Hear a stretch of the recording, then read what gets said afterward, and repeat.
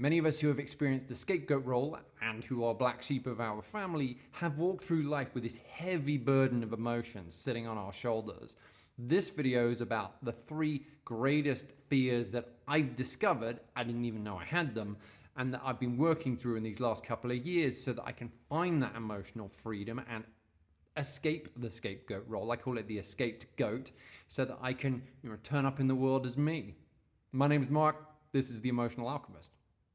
Really, the number one fear that came to me as I was kind of in these last few years is the fear that the world is as malefic, as out to get us as we have experienced. Many of us have had experiences which are heinous. They're heinous experiences done by damaged, heinous individuals, usually narcissists and psychopaths. And that, as we look out into the world, is what we can see the most. We see the pain and want to hide from it. I remember when I was, 6 years old, making this decision to become invisible, to try to blend into the background as much as possible. I remember learning, how to walk really quietly over floorboards, and it's like, why? And I don't know, because actually I can't remember a lot of my childhood. Many of us can't.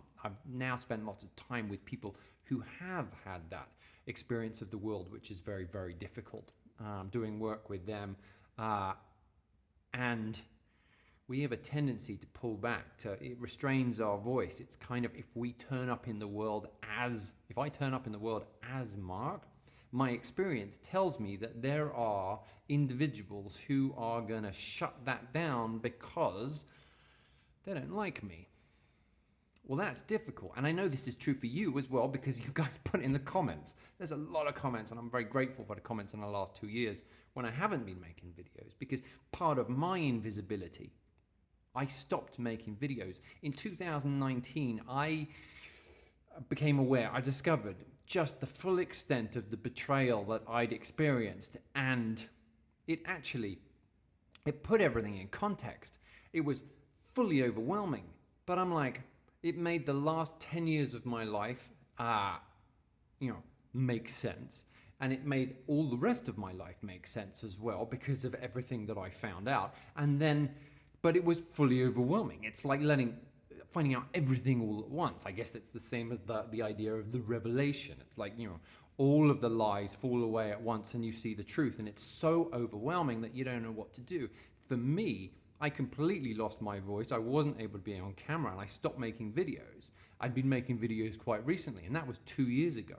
And what I really have been processing in these last 2 years especially is not just the trauma that I've experienced in my life and all that stuff that happened over the last 5 years, but also the kind of impact in the body that was left. They say that trauma is stored in the body, and I've been doing a huge amount of trauma work in these last few years. The emotional, the mental, and the physical. I had to detox my body hugely, I had to, why am I apologizing?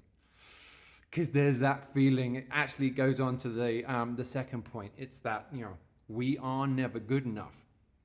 But actually, that's the greatest fear. That's not the greatest fear.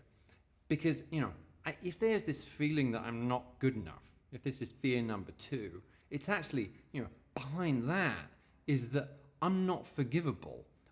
Whatever I do is never going to be good enough, because we know that's what it's like with narcissists and psychopaths. They dangle that carrot in order that we can find that love that we most want, no matter who it is.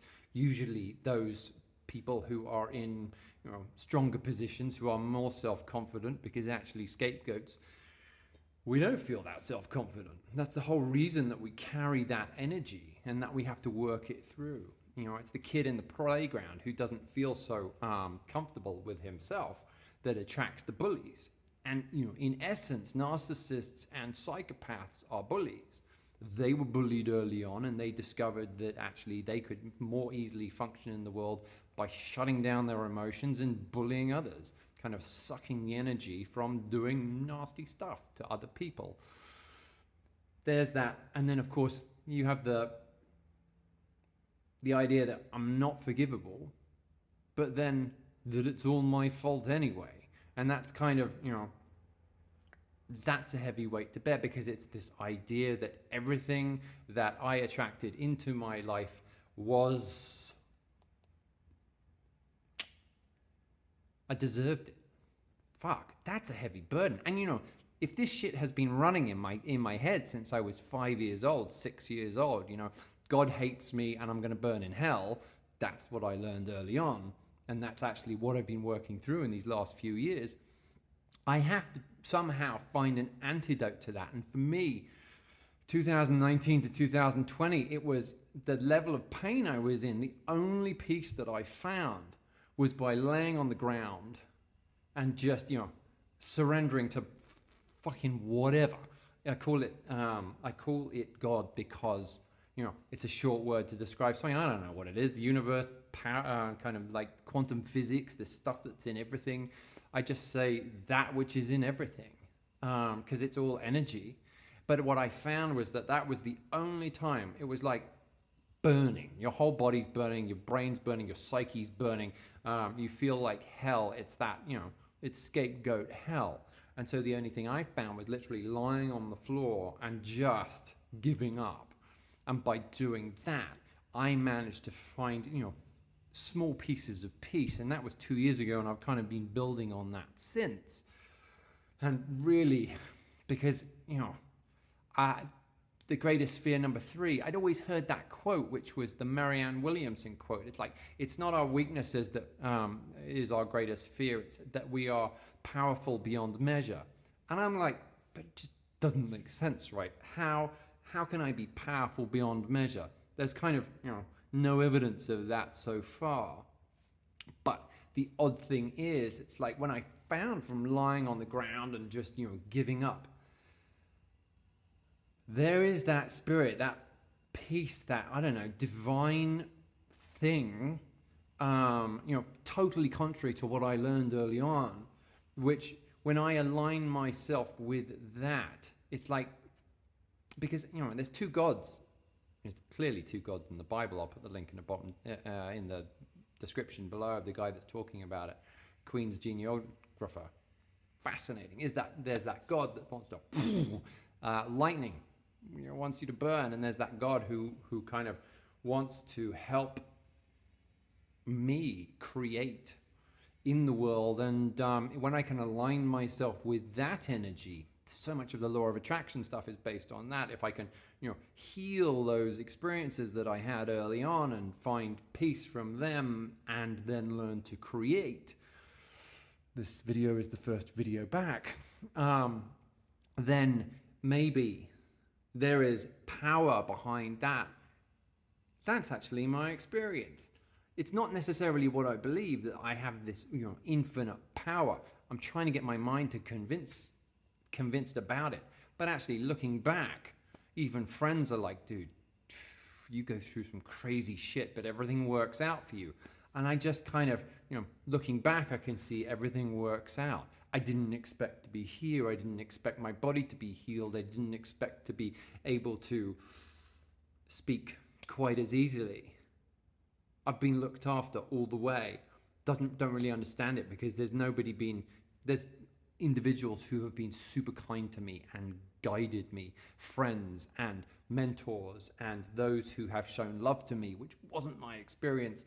And I've made it to this point, and I'm like, wow, I just give gratitude every day, because even though I'm not fixed and there's still that much of fear left, there is this, I can see this potential, this, what will it be like to create this video and put it out? Because there's all that fear behind it, which is, it's going to attract narcissists, it's not going to be good enough, everything you've done is unforgivable, and actually I'm not powerful beyond measure.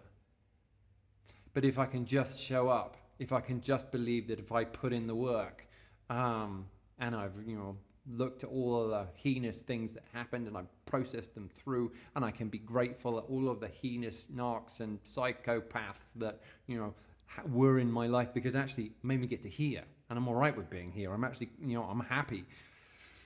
It's like, and then, so if that's recovery from the scapegoat role, looking at the emotional stuff, learning how just to be and to be able to turn up in the world, knowing that there is that fear that people will criticize, and that, I don't feel good enough, and that, I don't know.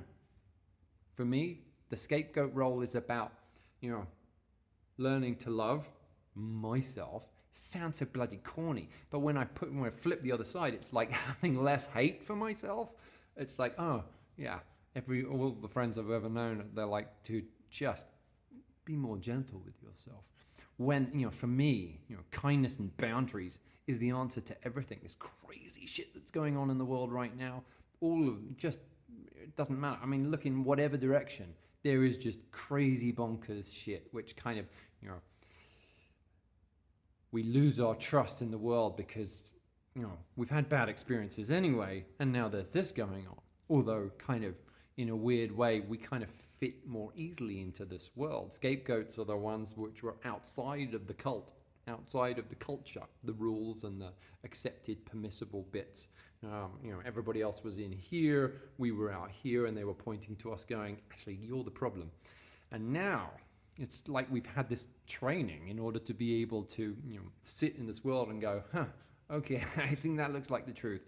Because, if you're outside of the cult, if you're outside of popular culture, not included, it's easier to be objective. It's easier to point and go, well, you know what, I can see that's obvious. Whereas if we've been stuck in the middle of the culture, it's far harder to come over to this idea that I've been wrong the whole time. In the same way that 2019, I found out that I'd been betrayed. It's like, everything makes sense, but it's so hard to believe because there's a 5-year-old inside terrified of what it means if kindness and boundaries with narcissists, psychopaths, and, those people that really do want to hurt other people. And then kindness towards others on our journey, me and you, who are trying to heal and trying to heal ourselves and help other people heal at the same time. That glues us together.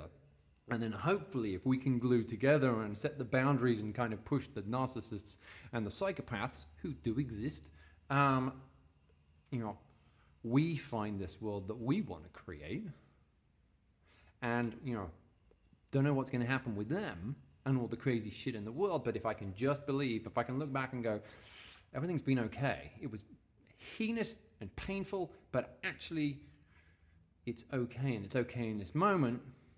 What is it I can do, and you can do, and we can do, and how do we create this kind of place and this world and, society and our own culture? This cult's not bad. It's, culture that we want, which benefits everybody. And bears in mind that everybody wants the freedom of expression, and and not have to say you're the problem, we hate you're. It's like, we ignore the people that want to kill us. We love the people that we find love with, and we recover and become escaped goats. That's my plan. Okay, if you've watched this far, amazing, thank you. That's it. That's my 3 greatest fears.